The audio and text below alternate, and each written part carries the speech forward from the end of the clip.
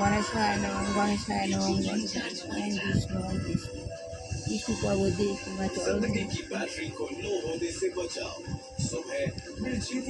সত্য বহু নাই হতে বয়সে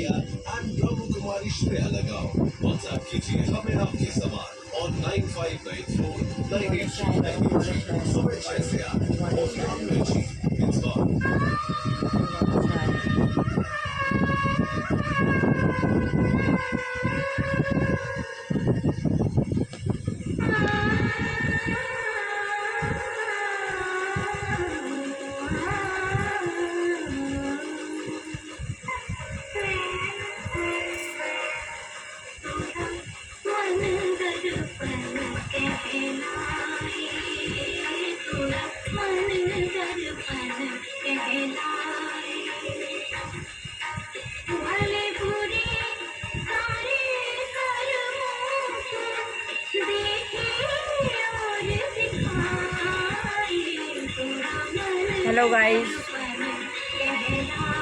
ओम रक्तम भुजम सनम शेष जौहत मोदीपम भजा पद्म ददा भया बड़ा मानिक कोहन गणगुरु ओम झूम साहा ओम झूम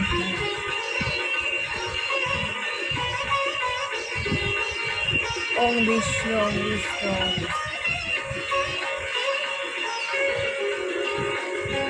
श्री गुरुदेव दुर्गाकृष्ण परमहंस श्री गुरुदेव दुर्गाकृष्ण परमहंस गुरु गीता এটাই আমার গুরু সঙ্গ। আমি ঘরে বসে গুরু সঙ্গ করি ব্রহ্মমুহূর্তে। গীতা গীতা গুরু গীতা গীতাই গুরু গীতাই গুরু গুরুই গীতা।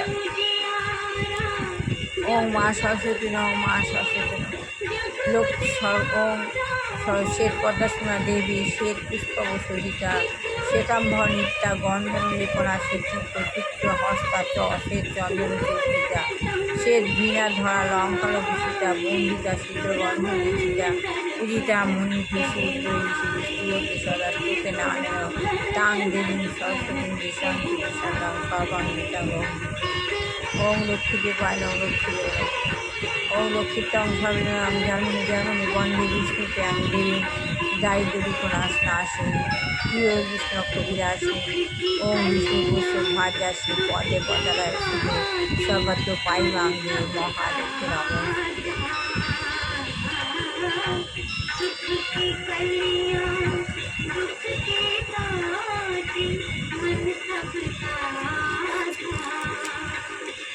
ओम साई बाबाई ओम साई बाबाई ओम साई बाबाई।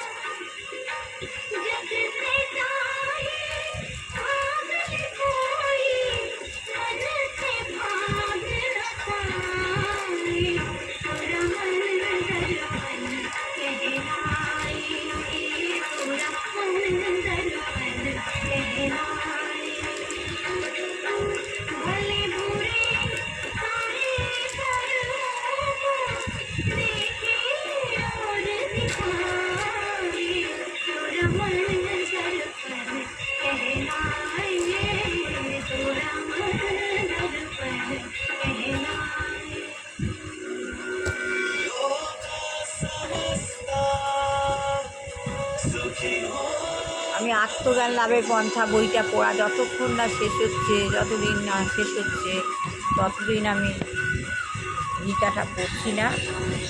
আমাদের এই বইটা পড়া দরকার আছে, জানা দরকার আছে প্রত্যেকেরই। আমাদের আত্মজ্ঞান লাভ হলে আমাদের ভবিষ্যৎ, আমাদের গৃহে ফেরার যে ভালো পথ, সেই পথটা আমরা জানতে পারবো না।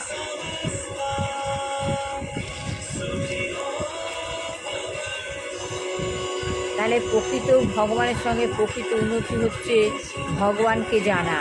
আমাদের যদি ভগবত তত্ত্ব জ্ঞান না থাকে তাহলে আমরা প্রকৃতপক্ষে উন্নত নই। বহু মূর্খ ভগবানের অস্তিত্ব অস্বীকার করে। তাই বলছে আমাদের যদি প্রকৃত উন্নতি হচ্ছে ভগবান, ভগবান যদি ভগবত তত্ত্ব জ্ঞান যদি আমাদের না থাকে আমরা প্রকৃতপক্ষে উন্নত নই। বহু মূর্খ ভগবানের অস্তিত্ব অস্বীকার করে যেতে পারে। অনেকে আছে মূর্খ যারা ভগবানের অস্তিত্ব অস্বীকার করে, ঠিক আছে। ভগবান নেই বলে মনে করাটা তাদের কাছে খুব ভালো লাগতে পারে, তাদের কাছে হয়তো ভগবান নেই বলে মনে করাটা খুব ভালো লাগতে পারে, কিন্তু তারা অস্বীকার করছে বলেই যে ভগবান নেই তা নয়।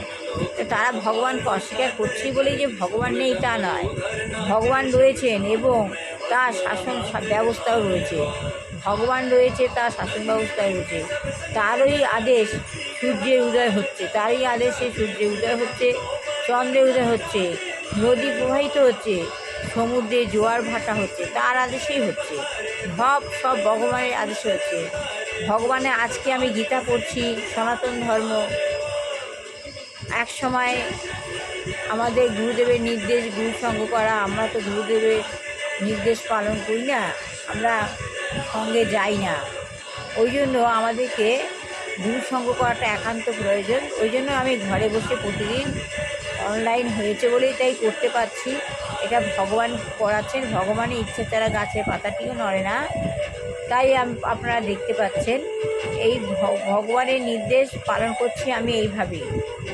ভগবান নেই বলে মনে করাটা তাদের কাছে ভালো লাগতে পারে, কিন্তু তারা অস্বীকার করছে বলেই ভগবান নেই যে তা নয়। ভগবান রয়েছেন, তার শাসন ব্যবস্থাও রয়েছে, তারই আদেশে সূর্যের উদয় হচ্ছে, চন্দ্রের উদয় হচ্ছে, নদী প্রবাহিত হচ্ছে, সমুদ্রে জোয়ার ভাটা হচ্ছে, তারই আদেশে আমি আজ গীতা পড়ছি, আত্মজ্ঞান লাভের পন্থা বইটা পড়ছি, সব তারই আদেশে। ভগবান ঘাট ধরে যাকে যেভাবে পারে কাজটা করিয়ে নেন। শিব গুরু শিব ঠাকুর উপরে চোখ বুঝে বসে আছেন। দুর্গাপ্রসন্ন পরমহংসদেব আমাদের গুরুদেব পথ প্রদর্শক, ওনার দ্বারাই আমরা এইসব কাজগুলো করছি। তাহলে তার ইচ্ছায় জোয়ার ভাটা হচ্ছে, এইভাবে তারই নির্দেশ সব কিছু সম্পাদিত হচ্ছে, তারই নির্দেশে সব কিছু সম্পাদিত হচ্ছে। আমরা দেখতে পাই যে সব কিছুই কী সুন্দর নিয়ম মেনে চলেছে। আমরা দেখি সব কিছু খুব নিয়ম মেনে চলেছে, সুন্দর নিয়ম মেনে চলেছে। তাহলে আমরা কিভাবে মনে করতে পারি যে ভগবান নেই? কীভাবে মনে করতে পারি ভগবান নেই? সবই তো চলছে। যদি সব কিছুতে বিশৃঙ্খলা দেখা যায় তখন আমরা বলতে পারি যে সরকার নেই। যদি সব কিছুতে বিশৃঙ্খলা দেখা যায় তখন আমরা বলতে পারি যে সরকার নেই। কিন্তু সবই যদি খুব শৃঙ্খলবদ্ধভাবে চলে তাহলে আমরা কিভাবে বলতে পারি যে তার পিছনে কোনো পরিচালক নেই? সব কিছু যখন সুন্দর শৃঙ্খলবদ্ধভাবে চলছে তাহলে আমরা কীভাবে বলবো তার পেছনে কোনো পরিচালক নেই? মানুষ যেহেতু ভগবানকে জানে না, তাই তারা বলে যে ভগবান নেই বা ভগবান মরে গেছে, অথবা ভগবানের কোনো রূপ নেই। সব মানুষের মন গড়া কথা। ভগবান নেই, ভগবান মরে গেছেন, ভগবানের কোনো রূপ নেই। কিন্তু ভগবানের অস্তিত্ব সম্বন্ধে আমাদের কোনো সংশয় নেই।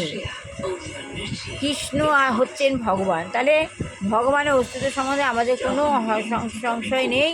কৃষ্ণই হচ্ছেন ভগবান, তাই আমরা তার আরাধনা করি। সেটি হচ্ছে কৃষ্ণ ভাবনার অমৃতময় পন্থা। তাই আমরা ভগবান কৃষ্ণকে আরাধনা করি, আর সেই আরাধনা করাটাই হচ্ছে কৃষ্ণ ভাবনার অমৃতময় পন্থা। সে কথা জানবার চেষ্টা করুন। তাহলে আমার এই বক্তব্য হচ্ছে আত্মজ্ঞান লাভের পন্থা বইটা পড়ার উদ্দেশ্য হচ্ছে ওইটাই, যে কীভাবে আমরা ভগবানকে জানব। তাই এই বইটা বলছে যে তাকেই, কৃষ্ণকেই ভালো করে না জানবার চেষ্টা করুন। আপনাদের অসংখ্য ধন্যবাদ। তাই আপনারা যদি কৃষ্ণকে জানতে চেষ্টা করেন, কৃষ্ণের সঙ্গে সংযোগ স্থাপন করেন, তাহলে আপনাদের অসংখ্য ধন্যবাদ। আপনাদের পরপারটা কীভাবে হবে, ভবনদী পার কীভাবে হবে, এই বইটা পড়লে পরে আপনারা বুঝতে পারবেন কীভাবে আপনারা কৃষ্ণের সম্পর্কে প্রেম করবেন। আমি আত্মজ্ঞান লাভের পন্থা বইটা পড়া আজকে শেষ করলাম। আবার আগামীবার পড়াবো জন্মান্তর ও তার ঊর্ধ্বে। জন্মান্তর কী, তার ঊর্ধ্বে কী। সবার ভালো লাগলে লাইক শেয়ার কমেন্ট অবশ্যই করবেন। সবার ভালো হোক, কল্যাণ হোক, মঙ্গল হোক, দুষ্টু বাচ্চা ভালো করে পড়াশোনা শিখে মানুষ হোক, সবার জীবন শৃঙ্খলভাবে চলুক, বিবাহ যোগ্য ছেলে মেয়ের বিবাহ হোক, চাকরি যোগ্য ছেলে মেয়ের চাকরি হোক। এবারে আমি আমার আত্মজ্ঞান লাভের পন্থা বই পড়াটা শেষ করলাম। ভালো লাগলে লাইক শেয়ার ও কমেন্ট অবশ্যই করবেন।